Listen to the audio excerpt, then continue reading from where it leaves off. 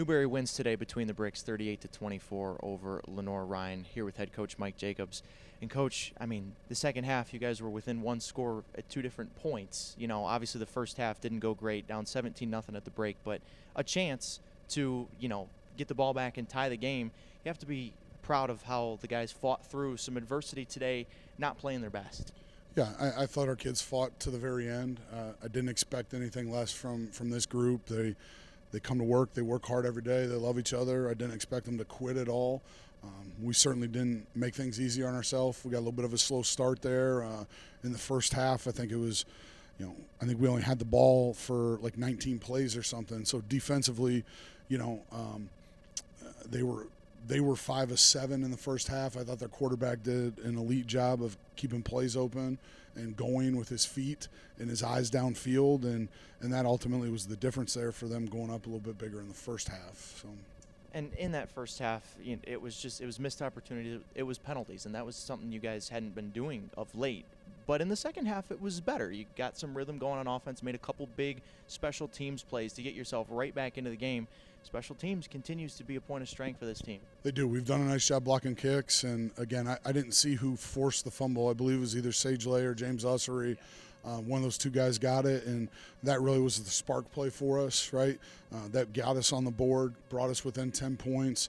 Very next series, Andre Jefferson blocks a punt.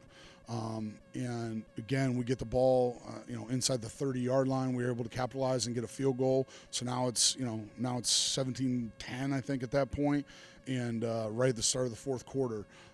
Unfortunately, weren't able to generate the stops that we needed, weren't able to stop the run as well as we've done all year in the fourth quarter, and that ultimately their ability to run the ball in the fourth quarter probably was the difference. I mean, 3 50-plus yards runs for Mario Anderson in that fourth quarter. That was the difference, really. And you mentioned their quarterback. I mean, it's Harris and it's Anderson for them on offense. I mean, Harris made plays with his legs, a few with his arm, but Anderson gets free. You guys bottled him up for about 3/4 of the game, but, I mean, he's a really good player, and he was able to kind of salt that game away for Newberry. We need to finish, right? And, we'll take a long, hard look at the film as coaches and make sure we do everything we can to put our kids in the best position to make plays and win. And on their end, we got to do a better job tackling, which, those things haven't really been a problem for us up to this point. So a little disappointed in that, but, we'll come back, we'll work hard this week, and we'll get much better.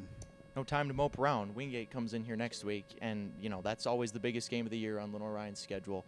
How do you regroup? I mean, you kind of just said it, but how do you regroup and get ready? Shouldn't need any extra juice for the LR Wingate game. No. Same as we would if it was a win. There's a 24-hour rule. We'll put this thing to bed tomorrow. Again, we'll look really hard at the things we didn't do well, make sure that we're putting our kids in the best position, and then we'll look at why we didn't execute at a high enough level to win the game today. And we'll grow from it, we'll learn from it, and we'll have a really great week of practice and play a really good Wingate team here between the bricks next weekend on Halloween. 1 p.m. kick next Saturday, LR Wingate. The big rivalry is next week, but Newberry wins today. Coach, we'll see you next week. Thanks, Eric.